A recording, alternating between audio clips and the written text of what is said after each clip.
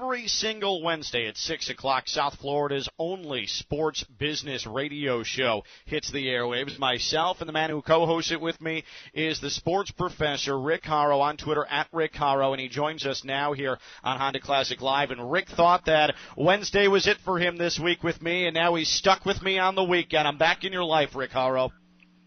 Oh, God. You know, the good thing about Wednesday and Saturday is, you get to recover the same amount of days. So it's 2 days of just absolute rampant intellectual refreshment after you. Then I get set for you, and then 2 more days. Rampant intellectual refreshment is the best possible thing that I've ever heard anyone say about spending some time with me. That is wonderful. Put it on your T-shirt, man. Put it on your T-shirt.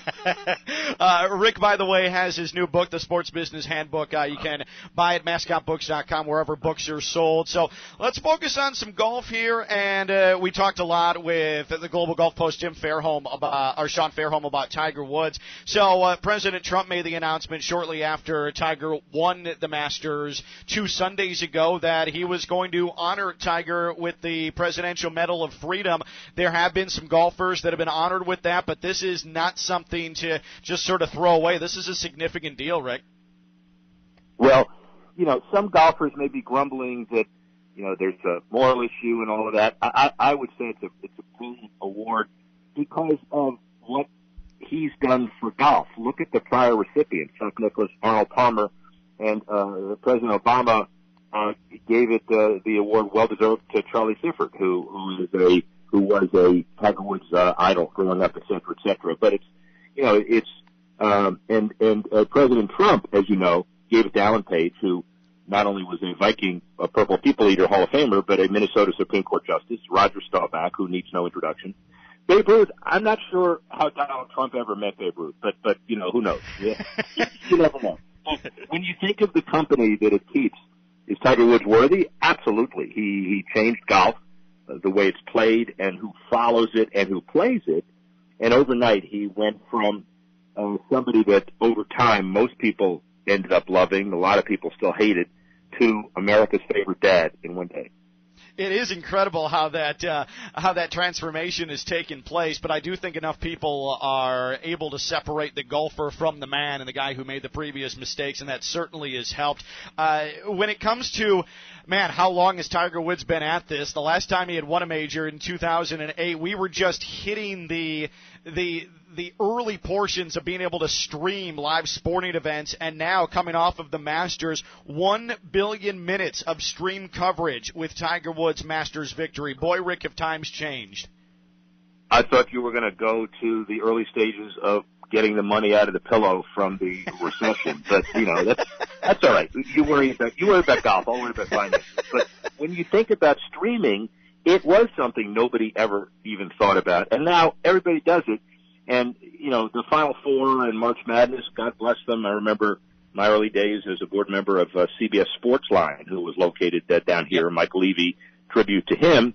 And the idea of giving away, or at least figuring out how to make March Madness available to everybody was heresy. How do you do that? Because people are pay for the product. Well, give it time. People will do it. And at the end of the day, when you think about all of those people who were streaming and all of the value there, including that $23 million of extra exposure to Nike. And then you think about AT&T, Gillette, and Tag Heuer, who were the companies who left Tiger right after the infidelity, and the new partners like Monster Energy.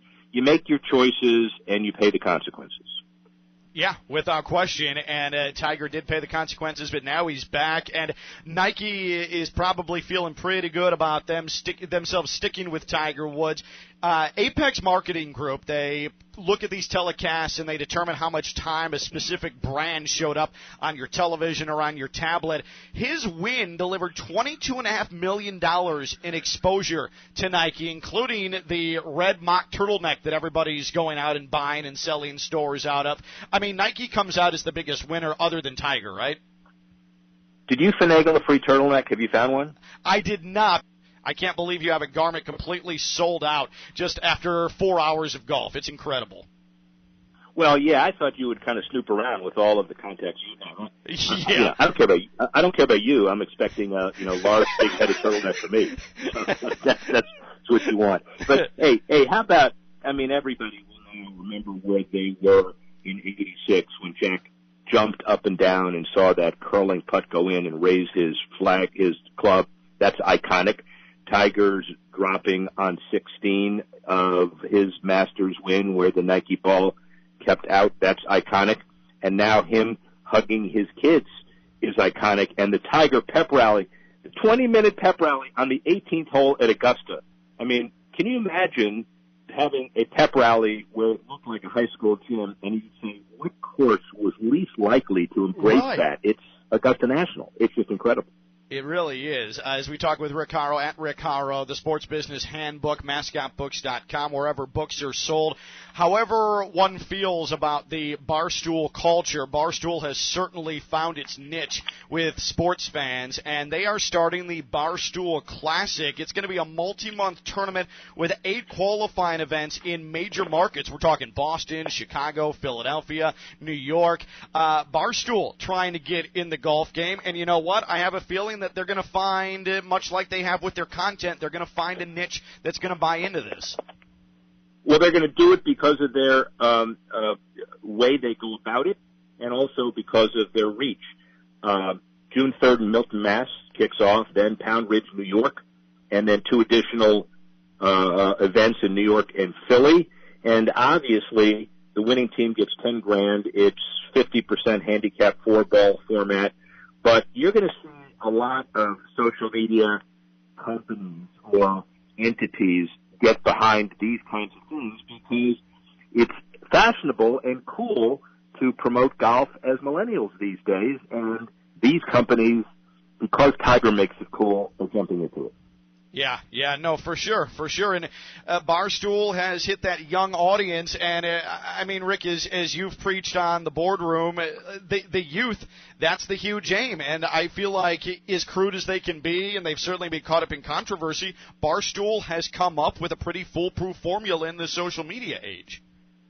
Oh, you mean we're never crude on the golf course? That's a perfect media poster child for what they want to do, right? I mean, you can only imagine what they're going to be doing at it. And frankly, making golf cool and making golf a time where you go out and not have 48 hours on the golf course with your buddies, but drink and have a good time. I mean, that's what, and there's room for everything. There's room for, stuffiness. There's room for little kids playing and everything in between. So it's very cool that, Tiger gets the Medal of Freedom because of things like this. I just, it's your show, but I'm thinking about what it's like to have Donald Trump sit in his Oval Office alone and give a speech to a cardboard cutout of Babe Ruth and then pin the Medal of Honor on his neck. What do you think of that? It is incredible. Hey, the president did say, though, he is a young, vibrant man, so if he ever did meet Babe Ruth, that would completely go against what he said the other day. I'll tell you what, if he meets Babe Ruth, he can honestly say, I'm 120 years or 40 years or whatever it is younger than you are. And he'd be right.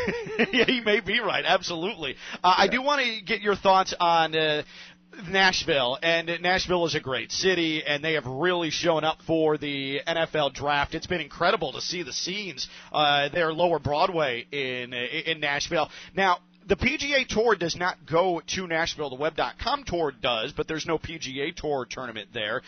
Just seeing what people have seen about Nashville and how the fans have shown up and how they've made it a big event, and it is a big event city, do you think leagues, not just the PGA Tour, may start to keep a closer eye on Nashville? Well, baseball, the AAA team has been great for a number of years, got their stadium done. The soccer franchise is expanding into Nashville next year. Good move. Probably not big enough for basketball and hockey because the Predators are great there. Golf is interesting. Country Club of Tennessee, there are 3 or 4 courses that are great. You got Bridgestone and a couple others, big corporate sponsors who would be obvious, AT&T. And so let's wait to see who puts together a tour deal in Nashville. The problem, as you know, Ken, is there aren't a whole lot of slots on the PGA Tour to start expanding from one to another. But I would think if you talk PGA Tour city expansion, maybe one day on this show we can talk about, and on the boardroom we can talk about cities who have the combination of courses and corporate endorsement opportunities and maybe put together a top 5 city. Because everybody talks expansion in other sports, but, why not talk expansion in golf? And if it's a good idea, I'll take credit. If it's not a good idea, then we'll give you the blame. Perfect. That's how that works generally. Let's just finish with this. I can't imagine you're overly surprised by how successful it appears the NFL draft in Nashville has been. Incredible. More than incredible. When you look at the crowds of people, when you look at the support, when you look at the threat of rain and the logistics, moving it inside, but now, what it does, as we said on the boardroom, is validate the fact that guy that runs the lease renewals for Radio City Music Hall, he better not show his face again up in New York, because he said, what about the NFL? We don't care. Go to Chicago, they go to Philadelphia. Now it's a permanent rotation basis. Next year, Vegas. The year after that, probably Cleveland, Canton as a Hall of Fame extra. That would be kind of cool. And then every city that doesn't have or have a chance of getting a Super Bowl is in line for a draft wanting to outdo what Nashville has done. And they've set a great bar.